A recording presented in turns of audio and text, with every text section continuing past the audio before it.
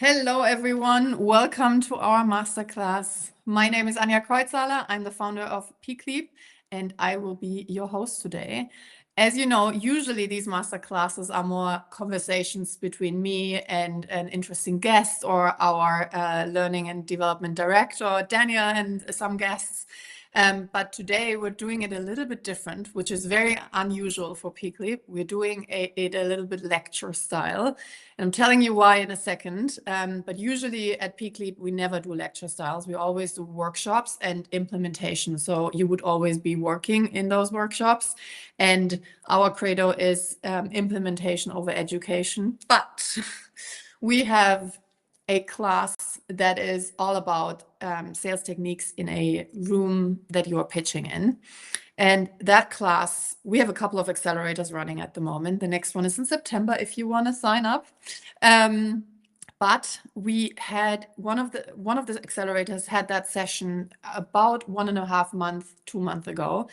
And the success stories from people using what I'm about to show you were incredible. That's why Daniel and Beanie came up to me and were like, you need to do this as a masterclass so more people get the value and can use the sales influence map that I'm about to show you. Because obviously we want you to be as prepared as possible for a sales conversation, but we also want you to feel comfortable in those situations. And how do you feel most comfortable? You're well prepared. So I'm going to share this with you. And then we already got some questions from people beforehand, which are really good questions. We're going to park these until the end so you know what the questions are relating to, because we got 2 questions from someone who actually took this class before and has used it, and it's a really good question. You'll see what I mean in a second. So let me share with you our presentation for today. And I'm sorry again that it's not a conversation this time, not podcast style, but it's more a lecture. But please bear with me. It is a lot to go through. It is a lot of content, but what we want you to do is use that content in your next conversations. Today, after this masterclass, sit down and try to answer the questions I'm posing to you within those sales influence maps. So you can use them the next time you're in a pitch situation. So let's start. Don't be alarmed. I know this is a lot. So this is a strategic influence canvas. What we use this for is if you want to identify who is your ideal client, you can answer these questions in these brackets and these boxes, and you will be able to identify what the ideal client looks like, what their challenges are, what their pain points are, what the deep fear is of those clients, what the price will be of working with you, and what is your edge. It will also help you to tailor your BD activities more focused and effective to that specific client. So while I walk you through this map, think about one of your current clients and see how you would answer these questions to that current client, because that will help you identify another client that is similar to this one that you have the perfect solution for. So with lawyers and consultants, what I often find is that they want to be everything to everyone. They have a really hard time niching down. And if you remember the masterclass on BD planning with Gemma Francis, she was all about you need your niche and you need to be very strategic about this. And there is going to be another masterclass on personal branding where we will talk about the same thing. You need to be strategic with your content, and it needs to be niched to your perfect client and your solution for that client. So if you define the opportunity, your ideal client profile would be, does that client match these 4 criteria? First of all, are they people you like working with? We only have a certain amount of energy. And I keep telling people in our accelerator, yes, we want to be consistent with outreach to clients, but we also want to be aware of who do we click with? Who can we get that trusted relationship with? Because sometimes it just doesn't click, and it will take immense efforts on your part and energy on your part to keep that client or potential client happy and meet with them. Ideally, you are oversubscribed at some point, and you only work with people you click with, and you want to spend your energy on. So do you like the people you're working with? Second one is they need to be able to afford you. No sense in working with someone who cannot afford your services. You can like that person as much as you want. You're still running a business, and that business needs to be profitable. Third one would be you need to have easy access to them. So, for example, we are working with lawyers and consultants, and it's easy for us because we both have. Daniel has worked with consultants before. I have worked with lots of lawyers before. We have a great network. We know where to find these people. We know which events to go to. We can actually help those people, right? But you need to be able to access them. If you have never worked with lawyers before, it will be really hard for you to get into the right circles to talk about your solution for them. So you need to have easy access to them, and then you need to be able to actually help them. So whatever solution you have, right? You might be a software consulting firm, and your software consulting are certain services for a certain software. No use in consulting on another software, right? I know it is a obvious question, but are you actually able to help that client you want to work with?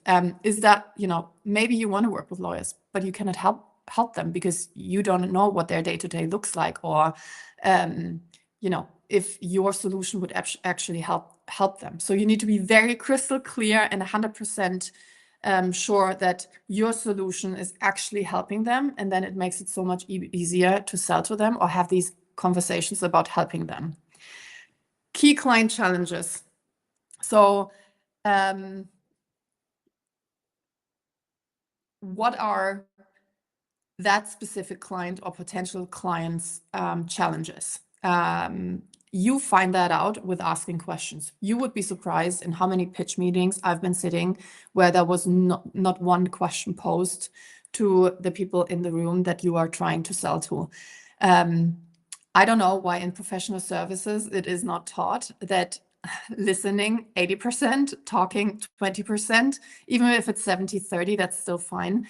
But every other sales process would also always have a discovery process. And the discovery call is maybe 15 minutes or something, but it's all about trying to ask the client or potential client questions. What is the issue you're struggling with? What have you tried so far? What are other solutions you're looking at? Try to ask as many questions as possible to find out what it is that person needs. Not only can you tailor your pitch to what they actually need, you will also know right away, can you actually help that client? And be honest, if you can't, maybe connect them with someone else. So key client challenges. What really helps here is AI.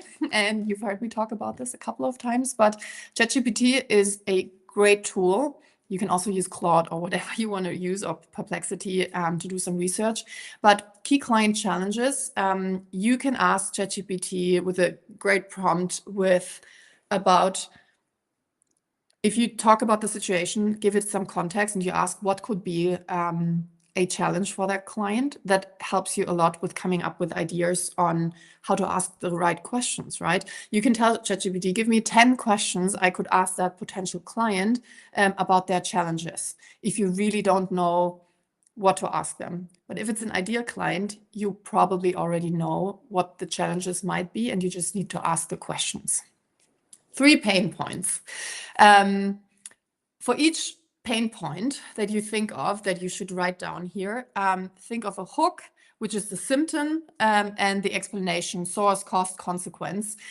We are using pain points a lot in tailoring social media content to attract the right kind of clients. So what are pain points for lawyers, for example? They don't know where to start with business development. And that is a pain point. We can help with that, obviously, or we wouldn't be who we are.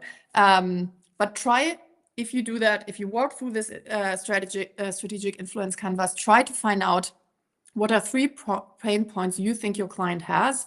Ideally, you found out through your questions about the challenges, but if not, try to rename it into pain points and what could be those pain points, and then try to answer to those pain points. Those pain points should be, well, when I read it now, it sounds so negative, but deep fear. Every one of us has a deep fear when it comes to business, right? And those pain points, the intersection of those pain points is the deep fear. So someone like a junior partner, his deep fear is he gets fired because he just doesn't bring in enough business within the first 1 or 2 years. Pain points might be he doesn't know how to get work, he doesn't know how to start business development, he doesn't know how to ask for work or for referrals, stuff like that. So these are pain points, and the deep fear would be, oh my God, I'm gonna get fired because I do not bring enough work. I've seen this a million times. Try to think of your business, whatever you are. We've talked about the software consultant because I know there's someone in here. Think about what is the deep fear of your client. Maybe it is we've spent hundreds of thousands on this software. No one is using it. They're not using it correctly. We're spending that much money, and we might have to, cancel this project just because it is not implemented the right way. So that might be a deep fear of someone that is on your that is the correct client for you. The price. So we've talked about the pain points and the deep fear. The price is how do you go from pain point to solutions, and also what is the process, the steps.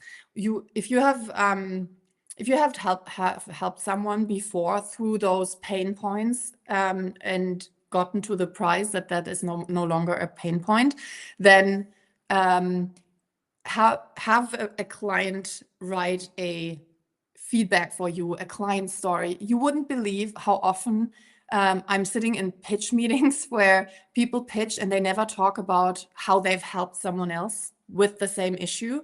And it is one of the things that sells the best, because people want to see themselves in that situation. And what your job is sit them in the situation where this is already, you already have a solution. It is no longer a pain point. So how do you do that best? You take someone from the same industry, someone that is in competition with them, who you help with the same issue. And that helps so much with selling your service. And then what is the end result? So for example, for Peak Leap, the end result is if you go out of our holistic program after 1 year, you will be able to have a sustained, successful business. You will have a sustained book of business with, and you know exactly what to do to keep getting new business. So what is your end result? If you think about your services, software consultant or strategic consultant, what is the end result that the client wants to hear? And bonus point, if it's a challenge that they've mentioned before. And then think about your edge. So think about the 3 payoffs that your client will benefit from working with you. So that might be, for example, it's quicker than doing it DIY. There are lots of things that you can name in your specific industry that will give you the edge. What is the benefit? Think about it. If you've written it down a couple of times, you can also use ChatGPT for this if you need ideas.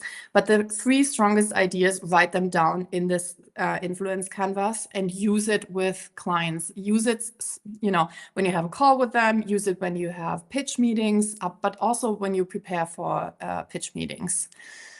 And then what is also really helpful is mistakes and misconceptions. So we went through the light blue boxes, which you should fill out for your client. And then let's talk about mistakes and misconceptions. So outdated beliefs or habits that limit growth at your client. So things that they do. things they don't do, things they believe or think, things they don't believe or think, bad habits, blind spots. And this is how you tailor your content and part of your conversation around it. Maybe not talk about that specific client, but you can say something like, we have other clients that thought that XYZ would get them to this point, but that is not the case because these days it's XYZ. If you use these talking points, people feel like you're an expert and you've already helped a lot of people, again, setting your potential client in a position of someone who had already found a solution and was already successful with your solution, and help them identify you as someone who can help them. And that is all that sales is in professional services. People always tell me, I don't want to be salesy, I don't want to be annoying.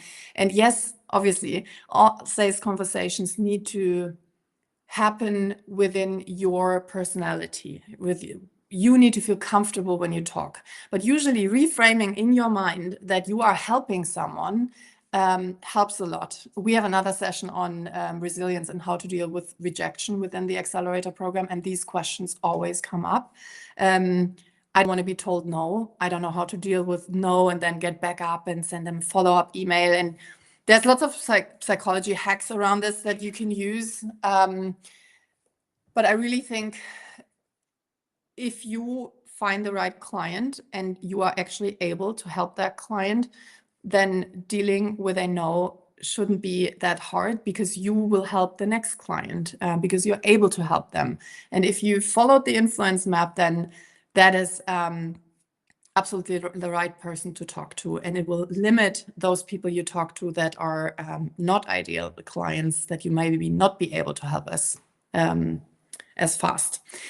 BD activities. So the last box on this one is you can look at your own BD activities. So you're a consultancy, you're a law firm, you work in a specific field in a law firm, private equity, and you want to sell a service.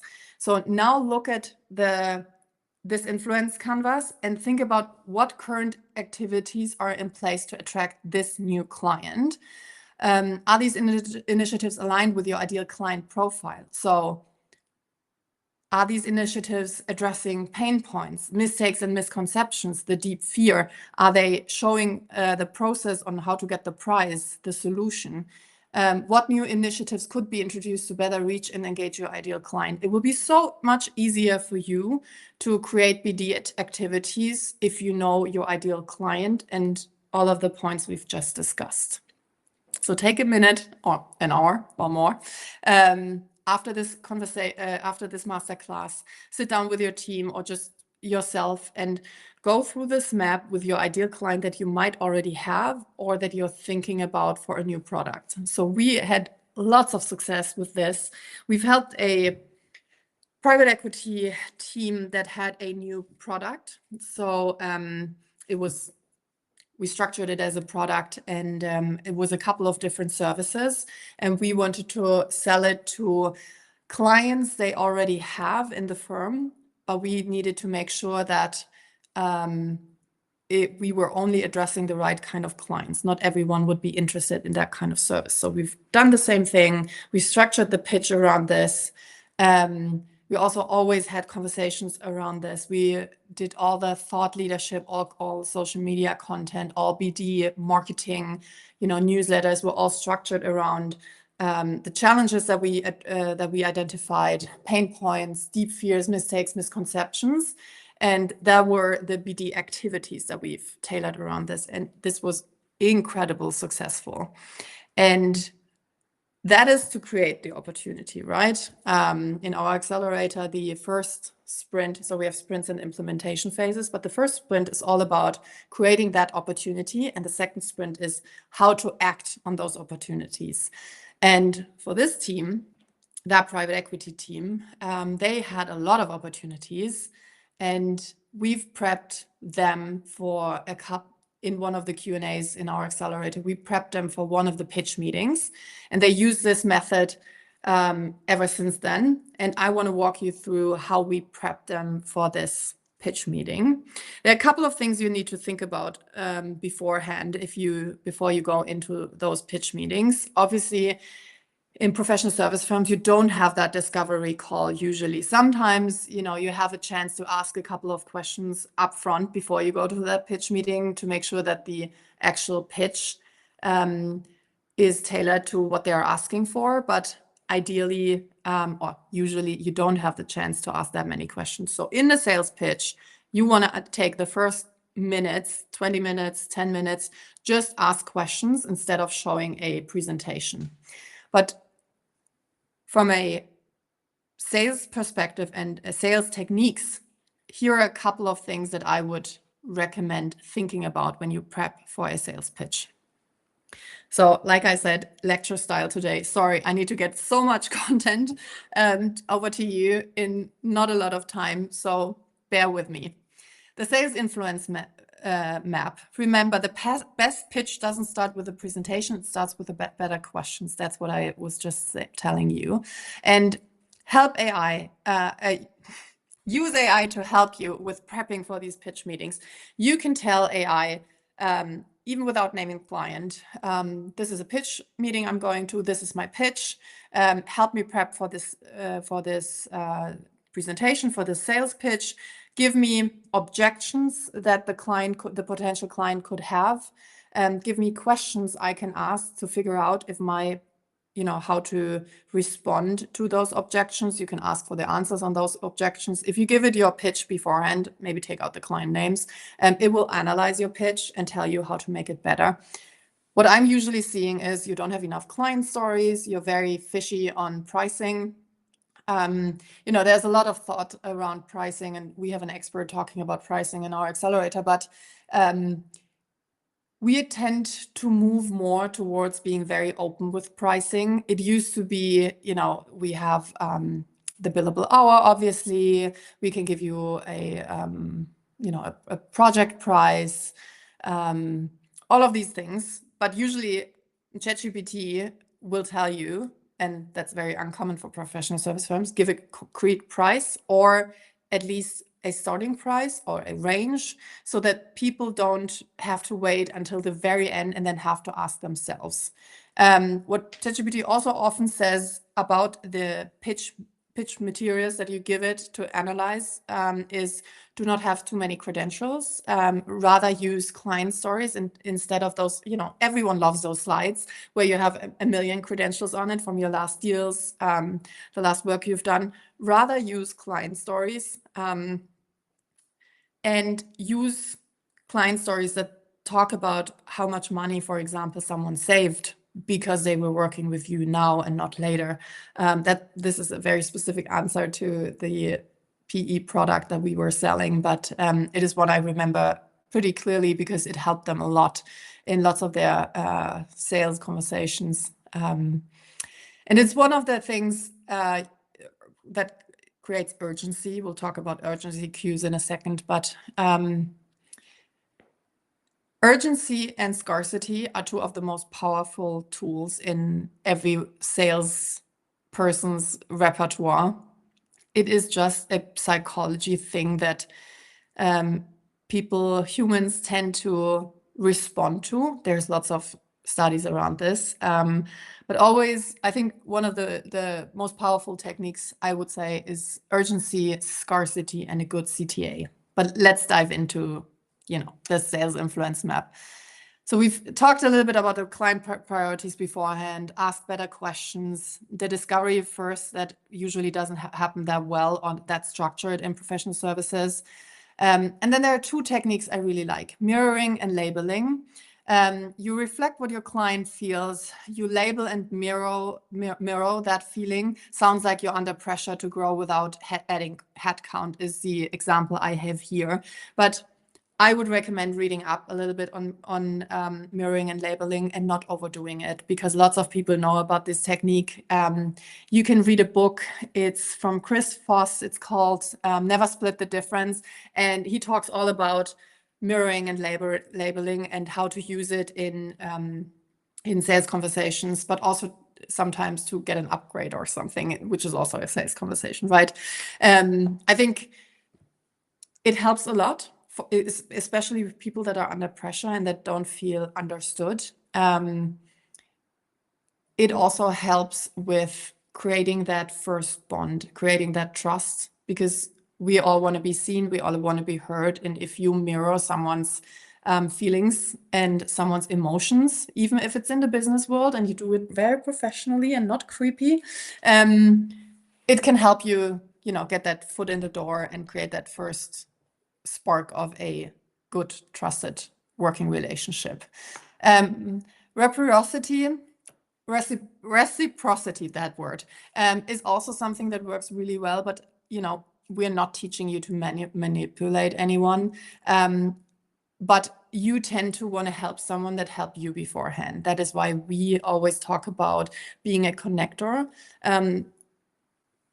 If you are generous with your network and you just introduce people to each other, that usually creates a lot of trust. It creates a lot of goodwill, but also reciprocity. What we mean here is you give value first. So in our opportunity engine, we talk about giving value. When you consistently reach out to your network with value, it means thinking ahead, personalizing emails to people. Don't send out emails or newsletter to 100,000 people. Value can come in all forms and shapes. It can be, helping someone, introducing them to the right person. If you are not the right person to help them with that issue that they have, it can be introducing them to someone in your network that might be an interesting contact. It might be, sending them something about a change in the law that is really important for them and already giving them the steps and processes that they should do to make sure that they comply with the law, without asking for an hour of, a billable hour or something like that. It comes in all forms and shapes, but giving value usually creates that goodwill that someone will think of you or want to give goodwill to you. But like I said, this is not a manipulation technique. Don't help people just because you expect them to help you. I want to be very clear here. We give value because we want to help. We don't give value because we expect something in return.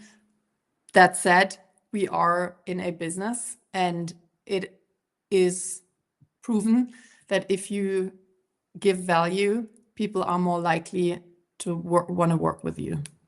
There it is. Social proof. We've already talked about the client stories that you should absolutely include in your deck, in your conversations.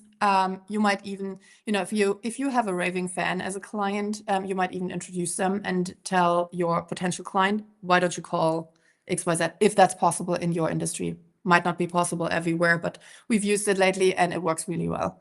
Objection readiness. Here is my favorite tool to use for objection readiness.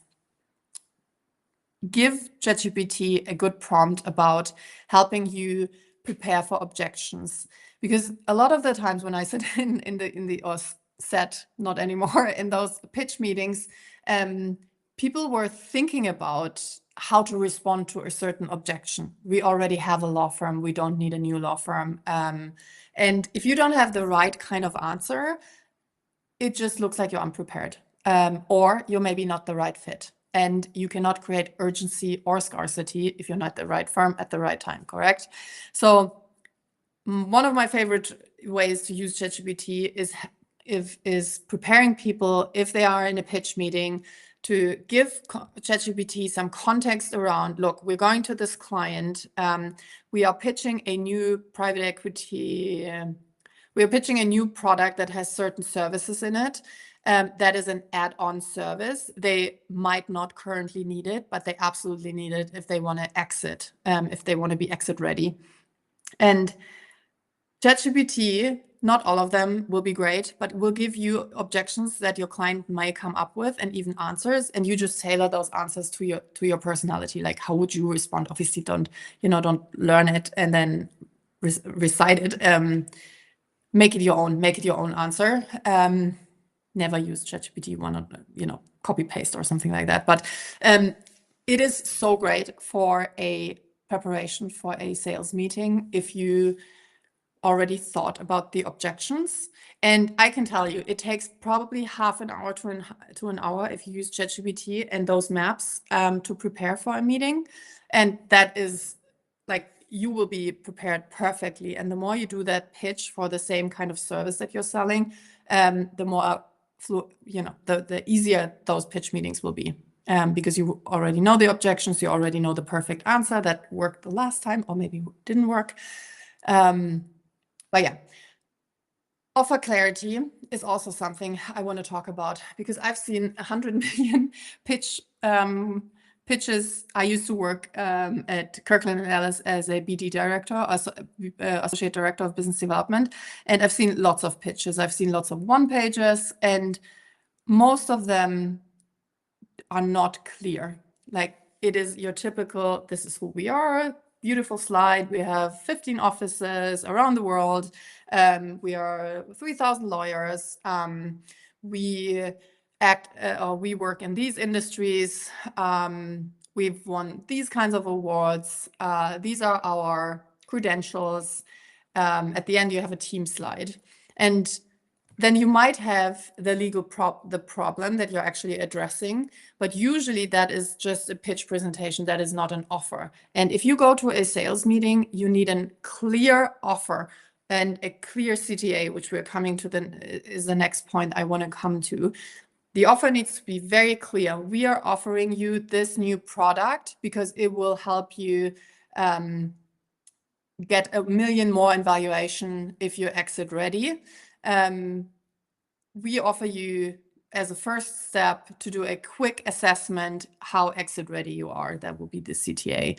In professional services, we are not taught those typical sales techniques, but the offer clarity is something I've been struggling with for years, because most of the law firms have the same kind of pitch that they send. And it is not clear what the offer is. The offer should always be the solution to the problem that you identified beforehand, the issues, the challenges. But because, we all don't have time, you just use a master document that you always use, and you just add 1 or 2 slides about the problem or why you're there in the room and why you're pitching. That's not a clear offer. The clear offer would be, we will help you find a solution to this problem, or we have the solution to this problem. This is what it costs. This is how long it will take. And this is the next step you should take. I've almost never seen that, just because we are so used to the billable hour or hourly rates. But clients are getting more sophisticated. They have a lot of pressure. They have a lot of fee pressure. If you are the one, let's say 5 people pitch, and you are the one with a clear offer where they can actually see themselves in the solution, they know exactly it will probably take 3 months. That's what it usually takes, because from my experience, it takes 3 months. This is what it includes. This is what it costs. It is so much easier for the client to say yes. Your whole goal is to make it as easy as possible for the client to say yes to your offer. CTA is a call to action. I should have probably clarified that beforehand. So if you're in a pitch meeting, don't end the pitch meeting with, this was our pitch. Do you have any more questions? Maybe there is 1 or 2 questions. And then we are like, oh yeah, we'll hear from you, or, we'll reach out again. Do not leave that room without a clear next step. We'll talk about the CTA in a second, but there's lots of opportunities how to create CTAs. It might be an assessment, it might be a workshop, it might be sending them something about the problem that they're having, how you've, helped with a solution at another client, stuff like that. But it needs to be a very clear next step. So if we go, this is the sales influence map, right? And we what I usually do, don't be alarmed, I know it's a full page, is I take people to prepare for a pitch. I give them this and I have them fill in the sales influence map. So, we'll talk how much you fill out, how much you already know before those meetings. This is what I said before. It will take half an hour to an hour. So the client priorities, ask better questions, mirroring and labeling. You just get yourself in the mindset already. If you've spoken to someone in the team before, do you already have information that you can use for mirroring and labeling? Objection readiness, we've talked about it a little bit. Be ready for them to say, I don't need this because, I don't need this now because it is not urgent, blah, blah, blah.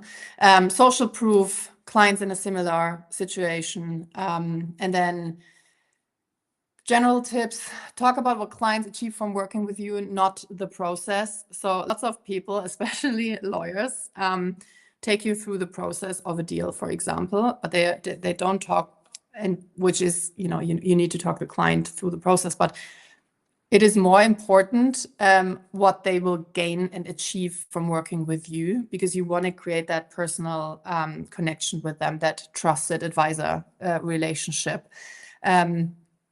Again, be crystal clear about what you're offering, connect to the client before the pitch through small talk, try to find out commonalities. We work with a lot of people in the accelerator program who always hope that doing great work will get them more work, sitting in their office, doing great work, and the work will automatically come. And yes, there are service partners, there are people that just do the work and never go out and pitch and sell, but you will always be, you will never have the freedom of having your own book of business and moving that book of business, or having the power that bringing in lots of revenue will bring you. So to those people, I always say, you are not alone. You are not a personality type that cannot connect to someone. It is just, you might not be an extroverted person that easily connects with everyone, but there are still opportunities for you to connect with people at meetings. Maybe don't go to the big meetings, go to smaller networking events and stuff like that, but it is an absolute necessity to connect with someone before a pitch meeting. Ideally, you've done it way in advance at a coffee or a lunch and not just in the meeting. But don't start a meeting with sitting down and just talking about the business and the pitch you're here for. You always want to try and connect to the people. That's why everyone does the small talk, even if it's about the weather, about sports, about culture, about something that happened the weekend before. There are so many questions you can just ask to open that kind of personal conversation. Again, use ChatGPT to help you with this, but never jump into a pitch. Always try to do that small talk. There is lots of studies around this, lots of research that you need to have that 10, 15 minutes of just talking to each other to create the right environment for them to actually listen to you and for them to be ready to say yes to you. Be yourself, be energetic, and always positive. Show them you are a reliable partner and can be trusted advisor. You're not just your work is being judged. It is you as a person also. People make up their mind within the first couple of seconds of meeting you. Also, they want to be working with someone who is passionate about a project. Be energetic, be fun to work with. No one wants to work with someone you don't have that vibe with. And yes, we're talking about vibes here. But be yourself, right? If you're not, if you're not the funny one, don't try to make jokes. Rather try to connect with someone else, with something else. We all have a private life. And we all, the more senior you get, you know how to connect with people and what to say to connect with them. I worked with a partner that used the word strategic oversharing as a way to connect with people. Not recommending that one, but it suited his personality type. Just find out how you connect with people, and then be yourself, but be positive and energetic. All right, let's talk a little bit about something we haven't talked too much about before. So the urgency queue and the scarcity queue. I told you that these are one of the most successful sales techniques, and you will find them everywhere. If you just scroll Instagram or TikTok, you'll have lots of offers saying like last chance, only this price at this certain time. And I'm not saying you need to use those sales techniques, but why should the client act now is a valid question. And so is what's time sensitive or at risk if delayed. So with that product I was talking about before from the PE law firm, there wasn't really any urgency, but we were able to frame it as, if you act now, we have enough time to make you exit ready in a time where you're not under pressure, and that will help you get more valuation and be quicker in a process, which usually also adds a couple of million if you want to send your company. What we didn't have is scarcity. What we thought about is we can only do or only work with clients with a certain amount of clients because it takes a lot of time. But we ultimately decided against that because it is not true. And I don't want you to lie. Usually you will find some scarcity and urgency, but it is on this list because I really want you to think about it because it works. And that is why it is on this sales influence canvas.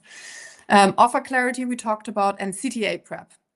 So what is our clear next steps will you propose? Are you asking for a follow-up proposal, a yes or no? What's the next low commitment step for the client and assessment workshop? So that's what I want to talk about. It needs to be low commitment. It cannot be, yes, I'm saying yes to your pitch, to your offer. I mean, ideally that would happen. But sometimes if you are in a situation where you pitch with 5 other companies, a low commitment next step will bring you in those 2 clients that they have to decide between. And if you already have an in and you've already put some work towards them without asking for money, it makes it easier for you to be accepted than to do the full project. So assessments, workshops work really well. We went with an assessment for that private equity product I was talking about. And it is very successful because people don't have to say yes to a project that will cost them 30,000 euro or 60,000 euro. They say yes to a first assessment, and then they know, exactly what are the issues, what should I be looking at, and that usually helps a lot with them being more comfortable taking the next step because they know how you work and they know what they should be looking at. That is not always possible. Completely get it, right? Sometimes you pitch for a big project, it's with procurement, and it's not in a classic sales environment, in this classic pitch environment, and it is a normal pitch proposal situation where there is no next step. The next step would be yes to the project or no. But I will always want you to think about it. Is there something that is low commitment that we can get to the next step? Is there something how we can show work? Maybe it is just you send something that you've done for someone else, a client case study or something like that. But that call to action shouldn't be missing, even if it's just, can we get something in the diary next week to talk about this case study? Or should we do a quick workshop, 3 hours? Again, giving value first, right? And then reciprocity, I hate that word, and people wanting to work with you. So this is the sales influence canvas, and I would really highly recommend if you prepare for a pitch meeting. Not everything might be relevant, but at least think about each of these topics and remember 80-20. 70-30. Sometimes they want you to talk more. They want you to explain exactly what it would look like, the process and all of that. But there's lots of research and studies that people like to talk about themselves the most, and they will actually keep you in higher regard because you gave them a good feeling about talking about themselves. Use that if you are in a pitch situation. So you are all smart professionals, right? You do not need to follow this to a T, but I want you to be prepared and think about all of these topics before you go into a pitch meeting. And ideally, it's the ideal client anyways. So your pitch is already perfect for that client because your solution is perfect for that client. So do the work, find your ideal client, and then be very prepared for any kind of sales conversation you are having. And think about the mirroring and labeling, urgency and scarcity, and a CTA if you can find one. We don't have a lot more time. There is something I'm going to show you real quick. I have this in here. So this is part of a big workbook. And as the date suggests, we have a big workshop on Saturday, and we're going to work with a group of consultants and work through all of this, but I only have parts of the slides in here because we don't have the time to go through all of this and actually work on it. But there is one thing that I thought might help you, and it is the hook pitch framework. How do you introduce yourself in a situation where you are trying to create an opportunity? And you can change this one to any situation. You can change it to you're introducing yourself in a pitch situation that maybe you didn't create the pitch situation, you're just an add-on. How do you introduce yourself? How do you introduce yourself in a social setting, let's say a conference or something? How do you introduce yourself on a Teams meeting where you only have spoken to one of the people on the phone, on the call, and not to the others? How do you introduce yourself? So this is a really great tool. If you work through it once, you can adapt it to any conversation. And it's name, same, fame, aim, and game. I don't expect you to remember this, but have a look at this. I'm not going to walk you through everything. Have a look at this and try to come up with what is, the answers to the questions I'm posing here in this pitch framework. It will make you so much more comfortable introducing yourself, and try it out and adjust it. And at some point you will have the perfect hook to introduce yourself and to introduce questions and keep conversations going. It is a skill that is learnable. You don't have to be an extrovert to be great at connecting with people. You just maybe need a little more work. But even for extroverts, I always recommend knowing name, same, fame, aim, and game, because it makes you an interesting conversation partner, and it makes for an interesting conversation starter. So I'm not going to walk you through this. What I will show you before I answer questions, because we already got questions, is our accelerator. So this is our accelerator program.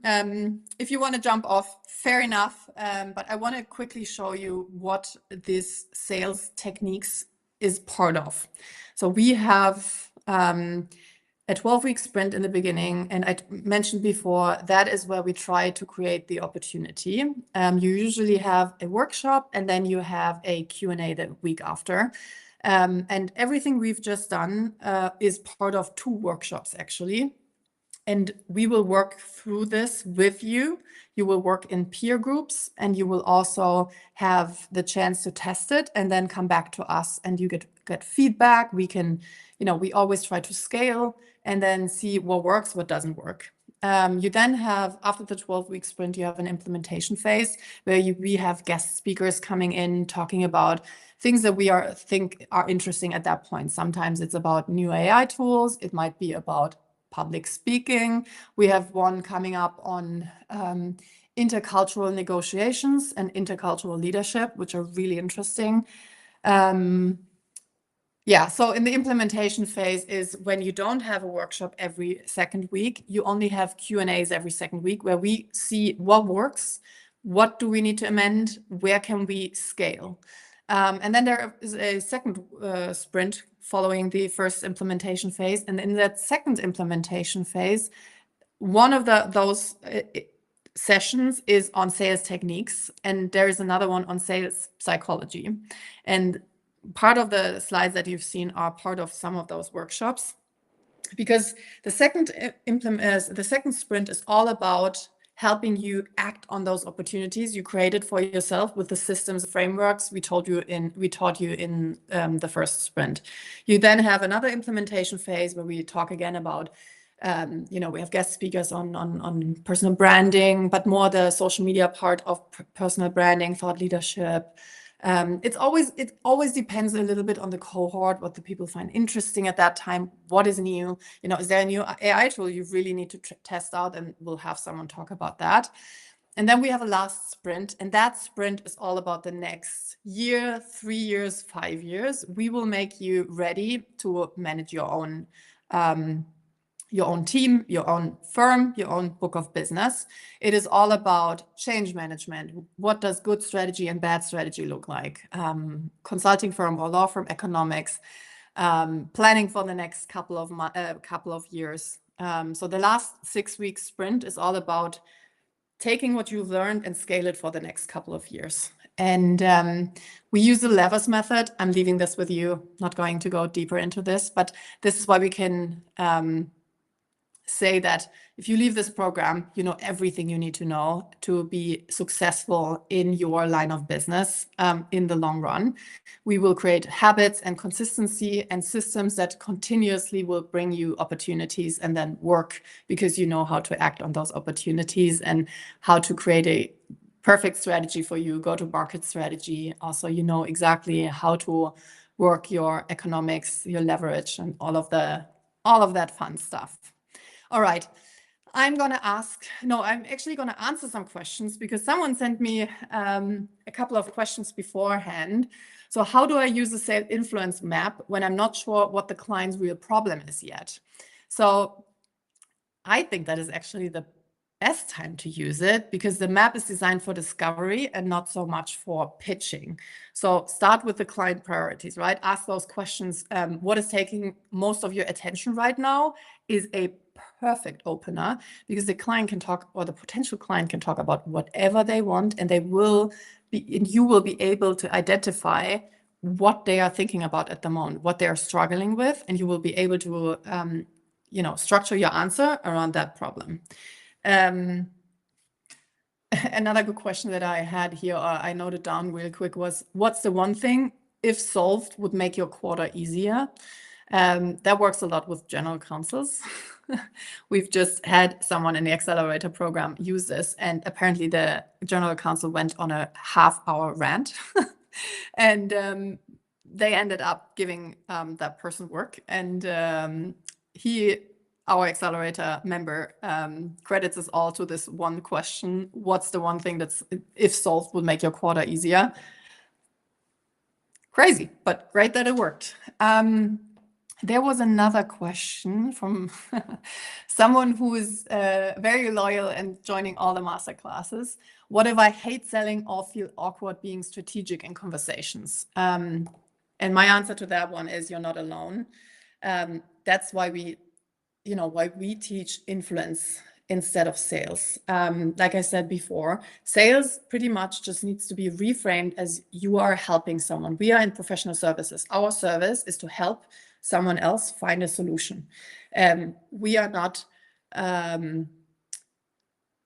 trying to help someone else find the solution themselves. We are actually, everything we're selling is a process, a solution, a way to make their life easier. And that is why you just need to reframe it from being salesy. We don't want to be sleazy and salesy. That's not what we're talking about. We're talking about influence. Also, if you're a great listener, if you're not an extrovert, sometimes I have a bit of an issue being a great listener. But if you ask good questions and if you offer thoughtful follow-ups, you're already influencing. You don't need to be the conversation, the one that hooks the conversation and makes the conversation all about themselves. I would even say that the better the listener you are, the better you are the better salesperson. And the sales influence map just gives you a structure to do that intentionally. Like I said, just think about it. Don't answer every bracket if it doesn't make sense, every box, but just think about it, go through it, and think about what you would answer if that person has an objection, or what could be urgency, scarcity, a CTA. And this is a great last question, because we're almost up of time. If you have more questions, no worries, just send them to us, and we'll see if we are able to answer them, or just book a discovery call with Daniel. He will ask you lots of questions about what you want to improve, where you're struggling. He's great at listening, actually. So last question is, how do I adapt this for big institutional clients with formal procurement processes? So I hear that a lot. The bigger your potential client is, you will have procurement. Even the bigger law firms have procurements these days. So I would say with complex clients, the emotional journey still matters. It is just layered under a bit more process. So use the map internally first to align your team. If you're pitching with a team, what's the client under pressure to deliver? What concerns might the legal or procurement teams raise? What story can make the benefit tangible? And then anchor your pitch or RFP response to that narrative. We actually teach a version of this in the accelerator program if you work with procurement teams. Also, not every pitch is the same. Sometimes, you don't have a formal pitch process. You don't have that pitch meeting. They just want you to send something. Like I said, I'm not saying that this is exactly what you need to do, but it is the thought process that counts to prepare for any kind of sales. And sales techniques don't differ from being in a room or sending an email. You can still create urgency and scarcity and a CTA if you just send an email to pitch. So that's a great question. And we